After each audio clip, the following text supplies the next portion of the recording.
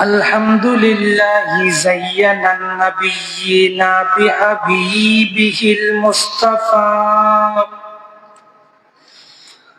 ومن على المؤمنين بنبيه المجتبى والصلاة والسلام على خير الورى المسير من تحت العرش إلى تحت الثرى والصلاة والسلام على سيدنا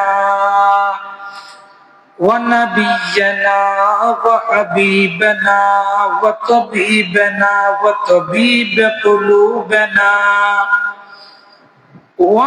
ونورنا ونور إيماننا وروحنا ورسولنا محمد المصطفى صلى الله عليه وسلم وعلى آله وأصحابه وأهل بيته وعترته وعلماء أهل سنته وعلينا معهم أجمعين أما بعد فقد قال الله تعالى عز وجل في شأن حبيبه ومحبوبه ومعشوقه ومطلوبه آمرا ومخبرا إن الله وملائكته يصلون على النبي يا أيها الذين آمنوا صلوا عليه وسلموا تسليما صلى الله على محمد عليه اللهم صل على مولانا محمد وعلى آله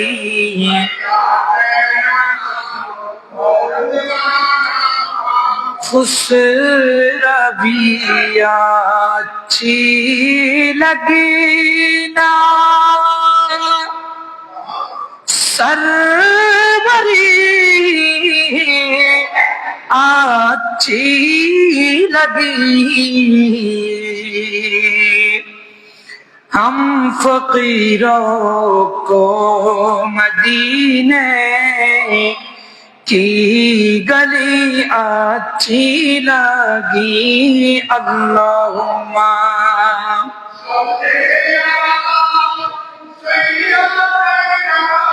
मौलाना मुहम्मद वअला आलिही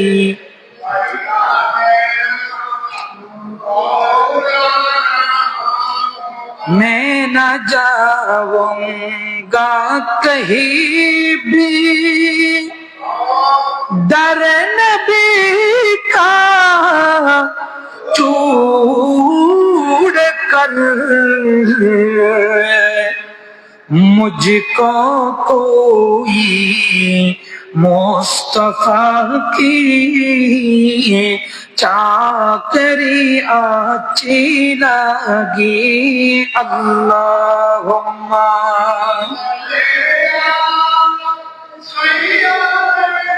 मौलाना محمد وعلى آله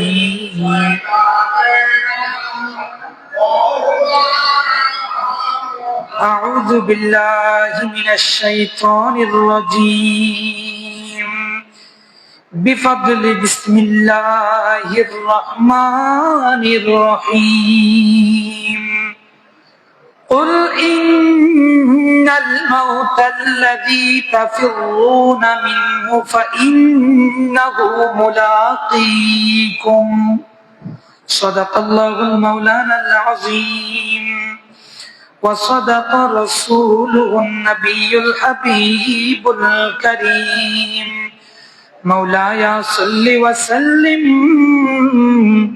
وبارك عليه আমি ধন্য গো রাসূল তোমাকে পেয়ে আমি ধন্য হে রাসূল তোমাকে পেয়ে আমি আরো বেশি ধন্য তোমার উম্মত হয়ে আমি ধন্য হে রাসূল তোমাকে পেয়ে আমি ধন্য হে রাসূল তোমাকে পেয়ে আমি সব নিয়ামত পেয়েছি তোমার সদকায় তাই তো আমি আল্লাহর পরে তোমার গুণ গাই তোমার গুণ গাই আমি গাইব গুণগান তোমার মহব্বত নিয়ে আমি গাইব গুণগান তোমার মহব্বত নিয়ে আমি মরতে চাই তোমার প্রেমিক হয়ে আমি মরতে চাই তোমার প্রেমিক হয়ে আমি ধন্য হে রাসূল তোমাকে পেয়ে আমি আরো বেশি ধন্য তোমার উম্মত হয়ে আমি ধন্য হে রাসূল তোমাকে পেয়ে তোমার উম্মত হতে চেয়েছিল সকল নবী তোমার দেখে ঝুঁকে পড়ে সৃষ্টির সবই তুমি সেই নবী যার কদমে চন্দ্র রবি তুমি সেই নবী যার কদমে চন্দ্র রবি ঝুঁকে পড়ে সর্বদা ভিক্ষুক হয়ে ঝুঁকে পড়ে সর্বদা ভিক্ষুক হয়ে আমি ধন্য হে রাসূল তোমাকে পেয়ে ঐতিহ্যবাহী আনোয়ারা থানার আওতাধীন বটতলী মাহবুবে খুদা সাল্লাল্লাহু আলাইহি ওয়াসাল্লাম জামে মসজিদে পবিত্র সফরুল মুজাফফরের আখিরি জুমাই আগত মুসল্লিনে کرام পর্দা নশীদ মুসরাত খাওয়াতিন আজম রহিমানা ওয়া রাহিমাকুমুল্লাহু তাআলা ফিদ দারাইন আসসালামু আলাইকুম ওয়া রাহমাতুল্লাহি ওয়া বারাকাতুহু আমরা সর্বপ্রথম ওই মহান সত্তার দরবারে শুকরিয়ার সিজদা আদায় করছি যে আল্লাহ আমাদেরকে আজ পর্যন্ত সুস্থ রেখেছে সেই রব্বে করিমের শুকরিয়া জ্ঞাপনার্থে সকলে উচ্চ আওয়াজে বলি আলহামদুলিল্লাহ এবং সাথে সাথে লক্ষ করোড় দরুদ সালামের নজরানা পেশ করছি মানবতা মুক্তির দিশারি সাহেবে দৌলত রহমাতুল লিল আলামিন নবী নবী দু জাহাঁ সরওয়ারে দু জাহাঁ যেই নবী শুধুমাত্র দুনিয়ায় এসে আমাদের জন্য কান্না করেছে এতটুকু নয়, যেই নবী আপন রওজায়ে আনওয়ারের মধ্যে থেকেও আজ পর্যন্ত এখনো আমাদের জন্য উম্মতি উম্মতি ডাক তুলছে। শুধু এতটুকু নয়, যেই নবী বলেছে, আল্লাহ আমার উম্মত থেকে মৃত্যু যন্ত্রণা কমিয়ে দাও, আমার উম্মত গুলো মৃত্যু যন্ত্রণা আল্লাহ সহ্য করতে পারবে না, আল্লাহ তুমি আমার উম্মতের মৃত্যু যন্ত্রণা গুলো তুলে আমাকে দাও। যেই রসুল মকবুল সাল্লাল্লাহু আলাইহি ওয়াসাল্লাম আল্লাহর কাছে এভাবে দোয়া করেছেন, সেই রসুল মকবুল সাল্লাল্লাহু আলাইহি ওয়াসাল্লামের নূরানি কদম মুবারকে লক্ষ করোড় দরুদ সালামের নজরানা পেশ করছি। আল্লাহ তাআলা আমাদের প্রত্যেকের পক্ষ থেকে পৌঁছিয়ে দিক, সকলে বলুন আমিন। আমরা ধারাবাহিকভাবে আলোচনা করছিলাম, আজ আমরা আলোচনা করব মৃত্যুটা কি জিনিস। মৃত্যুটা কি সাময়িক, নাকি একজন মানুষ মরার পরে আবার জীবিত হওয়ার সম্ভাবনা আছে না নাই? দরকার হয় না? কারণ আমরা গত সপ্তাহে আলোচনা করেছিলাম, একজন মানুষের কাছে যখন মালাকুল মউত আসার আগে আগে দুইজন শয়তান আসে, একজন ডান দিকে দাঁড়ায় আর একজন বাম দিকে দাঁড়ায়, মনে আছে কিছু? এবং হযরতে জিবরাইল আমিন আলাইহিস সালাম আল্লাহর আদেশ ক্রমে ওই বান্দা যদি প্রকৃতপক্ষে মুমিন হয়, ওই বান্দাকে কালমা পড়তে সহায়তা করে। আল্লাহ যদি আমাদেরকে তৌফিক দান করে, তার ওই ধারাবাহিকতায় বিশেষ করে আগামী বুধবার আখেরি চাহার সোমবার তার কিছু ইতিহাস তুলে ধরার চেষ্টা করব। আল্লাহ তৌফিক দান করুক। আমি যে আয়াতে কারিমা আপনাদের সম্মুখে তেলাওয়াত করেছি, সেই আয়াতের অর্থ হচ্ছে কুল ইন্নাল মাউতাল্লাযী, আল্লাহ বলছে ইয়া রাসূলুল্লাহ, ইয়া হাবিবাল্লাহ, আপনি আপনার উম্মতদেরকে বলে দিন, তাফিরুনা মিনহু, আপনার উম্মতরা যেই মৃত্যু থেকে বাঁচতে চাচ্ছে, যেই মৃত্যু থেকে পলায়ন করছে, যেই মৃত্যু দেখে নিজেকে ভয়ে কম্পন করছে, আতঙ্কিত হচ্ছে, ফাইন্নাহু মুলাকিকুম, যেখানেই থাকুক না কেন ওই মৃত্যুটা তাদের কাছে পৌঁছাবে। ওই মৃত্যুটা আল্লাহ কোরআনে কারীমের মধ্যে বলেন, কুল্লু নাফসিন যায়িকাতুল মাউত, যাদের কাছে রূহ দেওয়া হয়েছে সৃষ্টির শুরু থেকে কিয়ামত পর্যন্ত, ওটা যেই প্রাণী হোক, মানুষ হোক, পশু হোক, পাখি হোক, গাছপালা হোক, কীটপতঙ্গ হোক, যার কাছে রূহ দেওয়া হয়েছে তার কাছে মালাকুল মউত আসবে। তার কাছে এটার থেকে বাঁচার কোনো উপায়? এখন আল্লাহ কি বলছে? যায়িকাতুল মাউত, আল্লাহ বলে নাই আমি যাকে মৃত্যু দিব ওই ব্যক্তি একেবারে মারা যাবে। আমরা যখন আমাদের ঘরের মধ্যে যখন তরকারি রান্না করা হয়, তরকারি রান্না করার পর তরকারির স্বাদ দেখে সবগুলাকে একটুখানি দেখে একটুখানি মুখে দেয়, একটুখানি চামচ দিয়ে একটুখানি যখন মুখে দেয় তখন বোঝা যায় এই তরকারিগুলোতে আদৌ স্বাদ হয়েছে কিনা, বোঝা যায় না?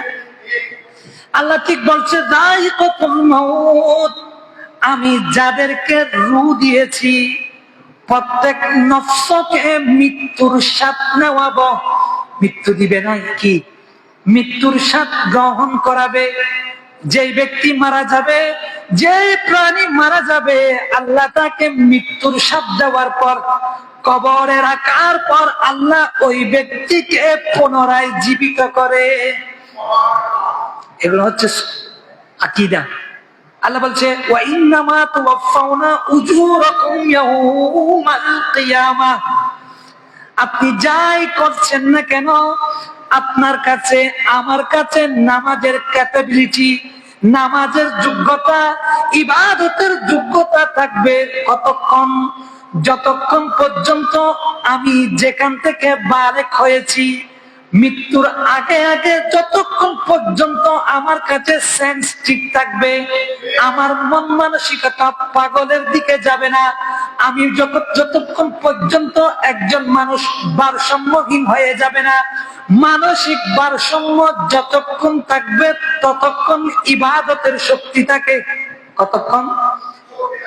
একজন মানুষ বালেক হয়েছে, বালেক হওয়ার পর থেকে ওই মানুষ যতক্ষণ পর্যন্ত মৃত্যু আসবে না, মৃত্যু আসার আগে আগে মানুষ যদি ভারসাম্যহীন হয়ে যায়, মানসিক ভারসাম্যহীনতা হওয়ার আগে আগে ইবাদতের সক্ষমতা থাকে, তারপর ইবাদত করার আর সুযোগ থাকে। যারা কবরে গিয়েছে তারা আল্লাহর কাছে দোয়া করছে, আল্লাহ আমাকে আবার দুনিয়ায় পাঠাও, আমি আপনাকে আরেকটা সিজদা দিব। আল্লাহ আমাকে আরেকবার দুনিয়ায় পাঠাও, আল্লাহ আমি আরেকবার মসজিদে যাব। আল্লাহ আমাকে আরেকবার দুনিয়ায় পাঠাও, আল্লাহ আমাকে যে সম্পদ দিয়েছেন আমি সম্পদগুলো আপনার রাস্তায় কুরবানি করব। সুবহানাল্লাহ। কিন্তু সুযোগটা আল্লাহ দিবে। আল্লাহ বলছে ওয়া ইন্নামা তুওয়াফাউনা উজুরাকুম ইয়াউমাল কিয়ামাহ, দুনিয়ার মধ্যে যেরকম করবা সেরকম ফল দিবে। আল্লাহ বলছে ফামান যুহজিহা আনিন নার, দুনিয়াবি ভিত্তিতে কাউকে জাহান্নামের আযাব দেওয়া হবে, ওয়া উদখিলাল জান্নাতা ফাকাদ ফাজ, এবং দুনিয়াবি ভিত্তিতে কাউকে জান্নাতের অধিবাসী করা হবে। সুবহানাল্লাহ। আল্লাহ কি বলেছিল? যায়িকাতুল মাউত, মৃত্যুর স্বাদকে গ্রহণ করো। হাদিসে মুকাদ্দাসের মধ্যে আছে একজন মানুষ যখন মারা যায়, ওই ব্যক্তিকে যখন ঘর থেকে বের করা হয়, ওই ব্যক্তিকে ঘর থেকে বের করার পর যখন 40 কদম চলে যায়, 40 কদম যাওয়ার পর ওই ব্যক্তির কাছে রূহর সেন্স আসে, তার কাছে হিস্সি শক্তি, উপলব্ধি শক্তি আসে। ওই ব্যক্তি উপলব্ধি করতে পারে দুনিয়ার মধ্যে কি রকম ছিল। ওই ব্যক্তির কাছে আল্লাহ এমন উপলব্ধি শক্তি দেয়, ওই ব্যক্তি নিজেকে নিজে উপলব্ধি করে আমি দুনিয়ার মধ্যে যে কাজকর্মগুলো করেছি এই কাজগুলো আমাকে জান্নাতে নিয়ে যাচ্ছে নাকি জাহান্নামে নিয়ে যাচ্ছে, উপলব্ধি হয়। বুখারীর হাদিস, রাসূল করিম বলছেন একজন মানুষকে যখন কবরের মধ্যে রাখা হয়, কোন ব্যক্তি যখন ওই ব্যক্তির কবরের পাশ দিয়ে যায়, ওই ব্যক্তিকে যখন সালাম দেওয়া হয়, ওই ব্যক্তিকে শুনে শুধুমাত্র এতটুকুতে সীমাবদ্ধ নয়, কেউ যদি কবরের পাশ দিয়ে যায়, কবরের পাশ দিয়ে যাওয়ার সময় যে স্যান্ডেলের জুতার আওয়াজ হয়, যেই ব্যক্তি কবরের মধ্যে আছে ওই ব্যক্তি জুতার আওয়াজ পর্যন্ত শুনতে পায়। জুতার আওয়াজ। আল্লাহ তাদেরকে এত শক্তি দিচ্ছে। আল্লাহ বলছে আল্লাযী খালাকাল মাউতা ওয়াল হায়াতা লিয়াবলুয়াকুম আইয়ুকুম আহসানু আমালা, আমি আল্লাহ মৃত্যু সৃষ্টি করেছি, জীবন সৃষ্টি করেছি, হায়াত সৃষ্টি করেছি, লিয়াবলুয়াকুম, কেন? পরীক্ষা করার জন্য। আল্লাহ চাইলে আমাদেরকে একেবারে জান্নাতি বানিয়ে দিতে পারতেন, আল্লাহ চাইলে আমাদেরকে একেবারে জাহান্নামীও বানিয়ে দিতে পারতেন। আল্লাহ আমাদেরকে শস্যক্ষেত্রের মতো করে দুনিয়ার মধ্যে পাঠিয়েছে। দুনিয়ার মধ্যে পাঠানোর পর আল্লাহ আমাদেরকে আকল দিয়েছে। কি দিয়েছে? আকল দেওয়ার পর বলছে বান্দা নিজের বিবেক দিয়ে চিন্তা করো, তুমি যে কাজটা করছো এই কাজটা আদৌ ঠিক আছে কি না। আল্লাহ বলছে লিয়াবলুয়াকুম আইয়ুকুম আহসানু আমালা, বান্দারে যখন তোরে দুনিয়ার মধ্যে পাঠালাম, দুনিয়ার মধ্যে যে কাজগুলো করবি সুন্দর করে করো। কি করে? আল্লাহ নামাজ বেশি পড়তে বলে নাই, আল্লাহ বলছে যেগুলো করবা ভালোভাবে করো। এমনি নামাজের মধ্যে আসলাম, আসার আগে বের হয়ে যাওয়ার চিন্তা পাবো না, এই নামাজি গুলার আল্লাহর কোন মূল্য। ওয়ালামু আন্নাল্লাহা গনিয়্যুন হামিদ, আল্লাহ আমাদের ইবাদত থেকে অমুখাপেক্ষী। হাদিসে মুকদ্দাসের মধ্যে আছে, আল্লাহ বলছে সারা দুনিয়ার মানুষ যদি আমার ইবাদত করে সারা জীবন, হযরতে আদম আলাইহিস নবিয়্যিনা থেকে শুরু করে কিয়ামত পর্যন্ত যদি সমস্ত বান্দারা আমার ইবাদত করতেই থাকে, আমি আল্লাহর রাজত্ব সামান্য পরিমাণও বাড়বে। আল্লাহ বলছে যদি আমার ইবাদত কেউ না করে, সকলে যদি আমার নাফরমানও হয়ে যায়, আমি আল্লাহর রাজত্ব কেউ এক চুল পরিমাণ কমাতে পারবে। সে আল্লাহ বলছে যখন কোনো কিছু করবা নেক নিয়তে করবা, যখন কোনো কিছু করবা ভালো করে করবা, কম করলেও যদি এটা ভালো হয়, কম করলেও এটার মধ্যে যদি ইখলাস থাকে, এটার মধ্যে যদি একনিষ্ঠতা থাকে, আল্লাহ ওই কমের মধ্যে বরকত দিয়ে জান্নাতি বানাবে। সুবহানাল্লাহ। আল্লাহ বলছে ওয়ানফিকু ফি সাবিলিল্লাহ ওয়ানফিকু মিম্মা রাযাকনাকুম মিন ক্বাবলি আন ইয়াতিয়া আহাদাকুমুল মাউত। আমি আল্লাহ যে সম্পদগুলো দিয়েছি তোমাদের কাছে মৃত্যু আসার আগে আগে এগুলোকে খরচ করো। কারণ আপনি সম্পত্তি যদি রেখে যান, মালিক আপনি নয়, মালিক হচ্ছে আপনার সন্তান। সেজন্য রাসূল কারীম বলছে মৃত্যু যে আসবে এটা নিশ্চিত, মৃত্যু থেকে বাঁচা যাবে না। এখন আমাদের দায়িত্ব হচ্ছে আমরা যখন মারা যাব, আমাদেরকে যখন কবরের মধ্যে রাখা হবে, আমাদের পরিত্রাণটা বাঁচাটা কিভাবে হবে? রাসূল বলছেন আছিরু যিকরা হাদিমুল লাজ্জাত, বেশি বেশি মৃত্যুকে স্মরণ করো, মরার আগে আরেকবার মরে দেখো। সুবহানাল্লাহ। এখন আমরা সবাই মৃত্যুকে ভয় করি, মৃত্যু থেকে বাঁচতে কত কিছুই না আমাদের আয়োজন থাকে। রাসূল কারীম সাল্লাল্লাহু আলাইহি ওয়াসাল্লাম হাদিসে মুকদ্দাসের মধ্যে বলছে আল মাউতু তুহফাতুল মুমিনিল মাউত। সুবহানাল্লাহ। কি বলছে? একজন মুমিনের কাছে সবচাইতে বড় তোহফা, বড় উপহার হচ্ছে মৃত্যু। কি?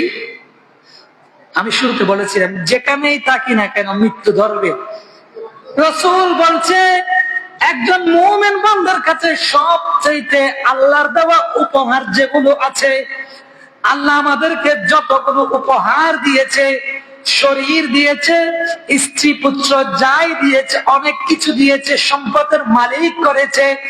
রাসূল বলছে একজন মুমিনের কাছে আল্লাহর পক্ষ থেকে সবচাইতে বড় তোহফা, উপহার হচ্ছে মুমিনের মৃত্যু। কি? কেন? কারণ একজন মুমিনের কাছে যখন মৃত্যু আসে, ওই মুমিনটা মারা যাওয়ার পর আল্লাহর কুদরতি জলওয়া দেখে। সুবহানাল্লাহ। যেই নবীকে দেখার জন্য